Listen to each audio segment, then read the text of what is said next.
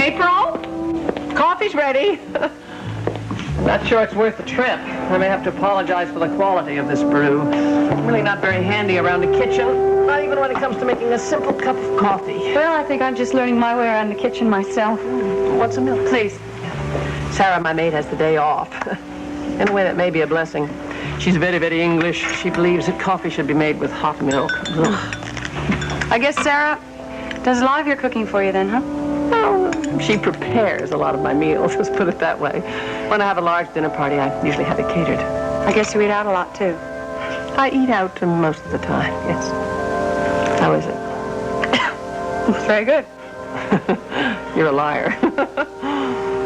Oh, April, I guess the honest truth is that I let Sarah have the day off because I wanted to be sure that our meeting today was just between the two of us.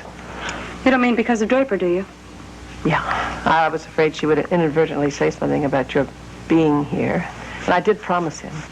Yeah, I wanted to talk to Draper about that, but I decided maybe I'd wait and let you explain. It's very simple. He simply came to the studio and told me that he thought I was being a little too pushy.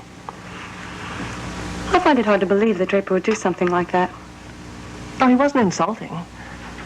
No, April, he has your best interests at heart. I mean, he's very sensitive to all the problems you've had in the past. But still, he had no right to go ahead and do something like... Sorry. I don't want to say anything against Draper. I know he cares about my happiness. Yeah, he just doesn't think that having a new mother is going to contribute to that happiness. Margot, I'm sure you understand that. Draper believes that you were wrong in keeping the secret for so long, especially after you came to Monticello. Well, I know I was wrong. I don't need Draper Scott to tell me that I was wrong. I realized that the moment I found out how much it would mean to me to look at you and say, you are my daughter. Well, I'm sorry if Draper upset you. Draper just simply does not like me very much, you know. Well, you don't have to take it personally. No? Well, it's very personal. I don't know, maybe somebody said something to him about me, something very negative. Maybe Nicole. Oh, no. Nicole has never said a nasty word about you. I wouldn't blame her, you know.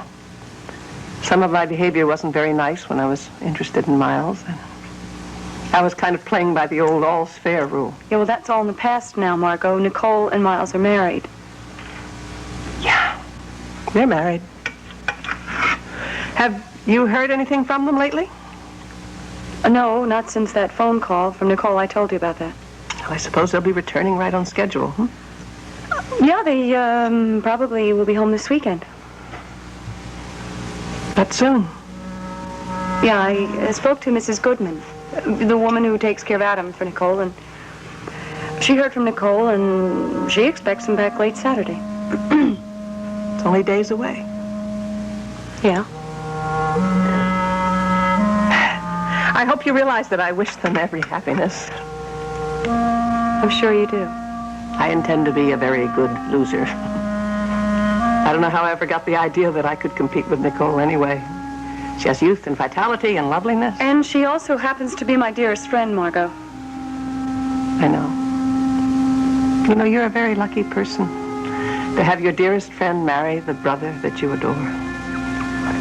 And they are very lucky to have each other.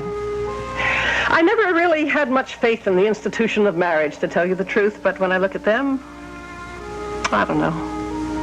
I guess it can be a marvelous thing when two people are right for each other. Who knows? Maybe it can be a marvelous thing when two people aren't right for each other. Maybe marriage itself can improve people. I think so. I think I'm a better person since I've been married. Well, maybe I should try it, if only to improve myself. What do you think? Do you think I should try it? Try what? Marriage? Yes. Strange as it may seem, I have been asked. You're kidding. Well, I mean, I didn't know. No, Elliot Dorn has asked me to marry him. And what I'm asking you is, what do you think about it?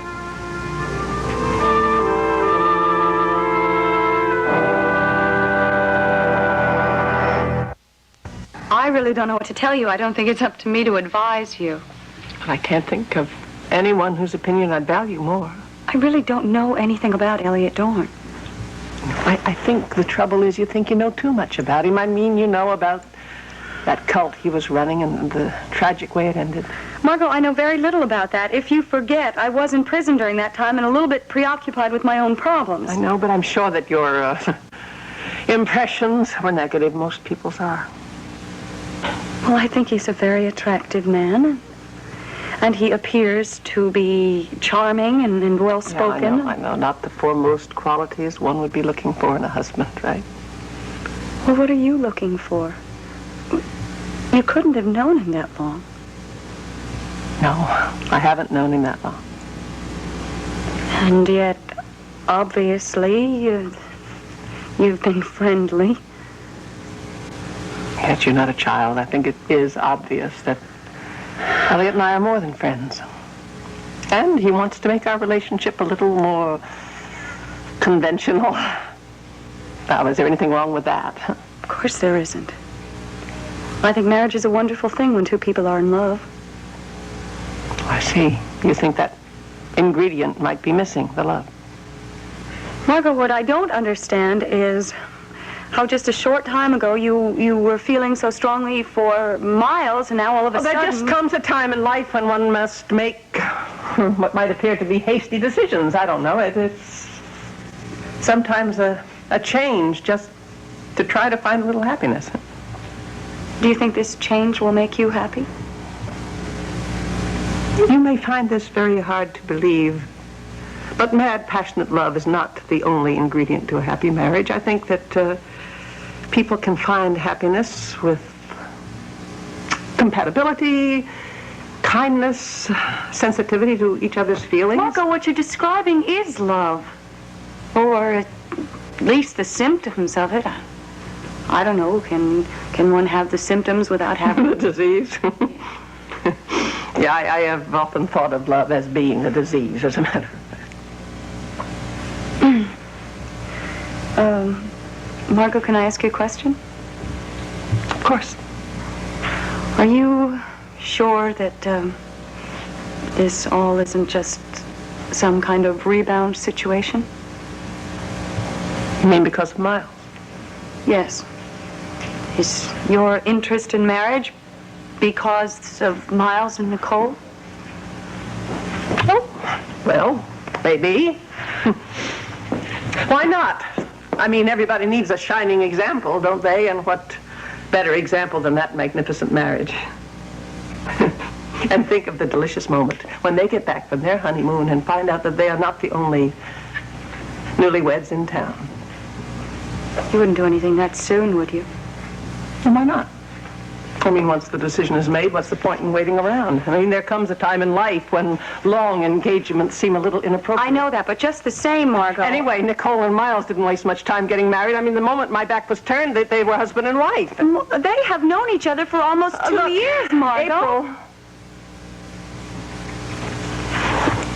the timing is not the important thing here. The important thing here for me is to know how you would feel. I mean, how you would feel about having, well, a new father as well as a new mother. Oh, come on, Margot. I could never think of that man as my father. Please, I don't mean it literally. I mean, I don't expect him to go bouncing you on his knee and calling you his little girl. It's just...